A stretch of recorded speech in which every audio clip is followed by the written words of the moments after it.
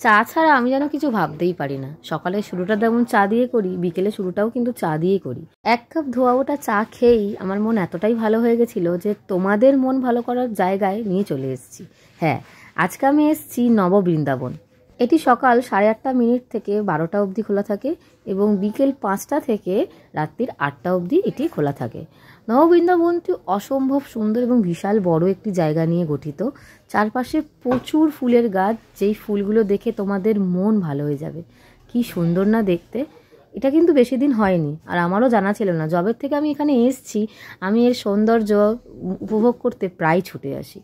বিশাল বড় একটি জায়গা, শান্ত নিরিবিলি পরিবেশ, যেখানে এসে তুমি শান্ত মনে ভগবান শ্রীকৃষ্ণকে স্মরণ করতেই পারো।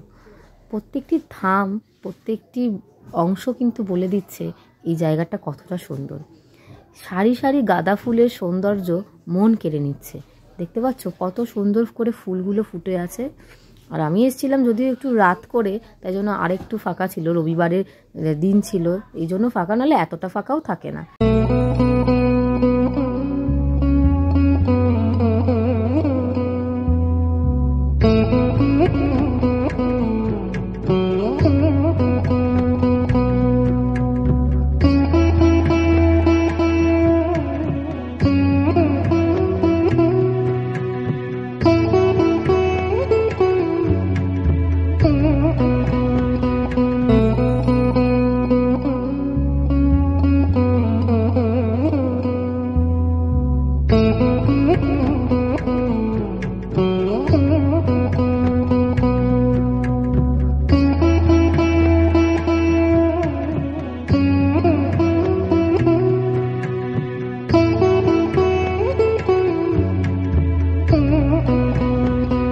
খাস কলকাতায় এত সুন্দর বৃন্দাবন আছে তা কিন্তু অনেক কম লোকেরই জানা।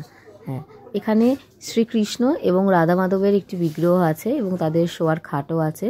দুপাশে দুটো মূর্তি আছে, খুবই সুন্দর লাগছে, খুবই সুন্দর। তবে সব সময় না এই লোয়ার গেটটা দেওয়াই থাকে, আর পিছন থেকে পরিক্রমা করা যায়। সেই পরিক্রমা করেই তোমাদের দেখাচ্ছি এবং কিছু কথা বলি। এই নববৃন্দাবন আসতে গেলে কিন্তু তোমাদের চলে আসতে হবে রাজবল্লভ পাড়ায়।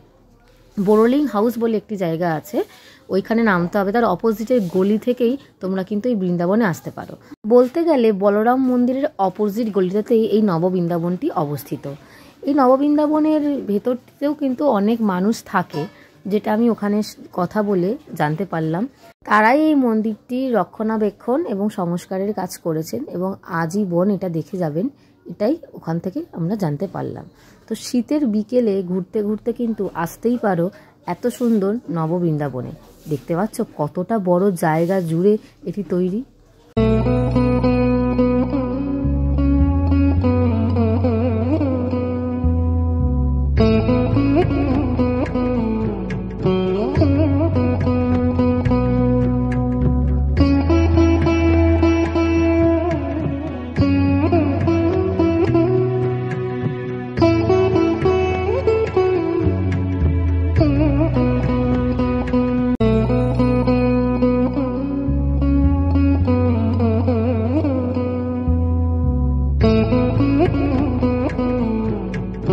তোমরা কবে আসছো এই নববৃন্দাবনে আমাকে চট করে কমেন্ট সেকশানে জানিও, আর ভিডিওটা কেমন লাগলো সেটাও কিন্তু জানিও।